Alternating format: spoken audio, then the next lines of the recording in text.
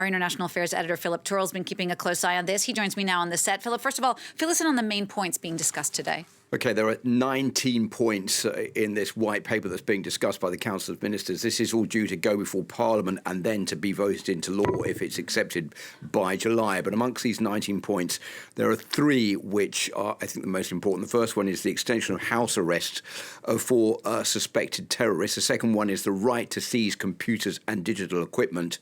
And the third one is the use of algorithms to detect radicalised individuals who are not under the radar. Now, everybody, of course, is going to say, what on earth is an algorithm? An algorithm is a sophisticated way of when a terrorist uses social media, phone lines that are encrypted that cannot be detected and people can't hear what's going on, they can prepare terrorist attacks and they can go under the radar and not be detected by the authorities. What the authorities want to do is to use a special system to configure those calls and then be able to bring up the evidence that they are probably going to commit a terrorist attack. Now, Gerald Darmanin, the Interior Minister, was speaking on French radio earlier this morning, and he said that if you look back at two of the biggest terrorist attacks in recent times in France, the first one was Samuel Paty, the teacher who was beheaded because he showed pictures of the Prophet Muhammad, or cartoons of the Prophet Muhammad, to his class west of Paris, and also the parishioners of the Basilica in Nice.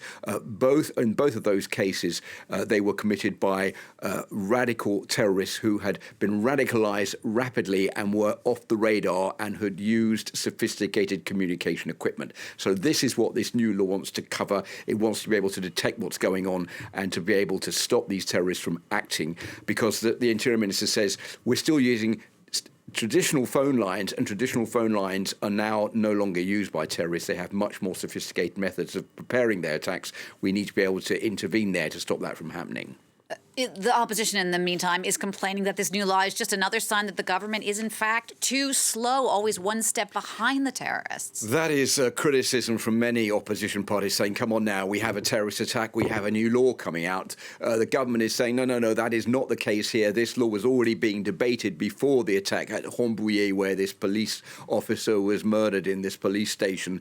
It is just beefing up measures that existed already under a previous terrorism law, which was introduced in 2015. 2015, remember, that was the year of the terrorist attacks in Paris and also the attacks at Charlie Hebdo. So what the government is saying is we're trying to keep abreast of the terrorist activity. We're trying to keep in one step ahead of the terrorists as far as using social media and sophisticated communication methods is concerned. And that is why we are introducing or trying to introduce this new law now. I think what is going to happen when this is introduced before Parliament is that there will be a very rowdy session, because what it is stepping on for many people is individual liberties. And they're saying if people can't do what they like on the internet and they're constantly being followed by the government has new powers to intervene in what people do, then that is not going to be something that we will stand for. The government is saying this is only going to happen when there is special permission given, and that will only come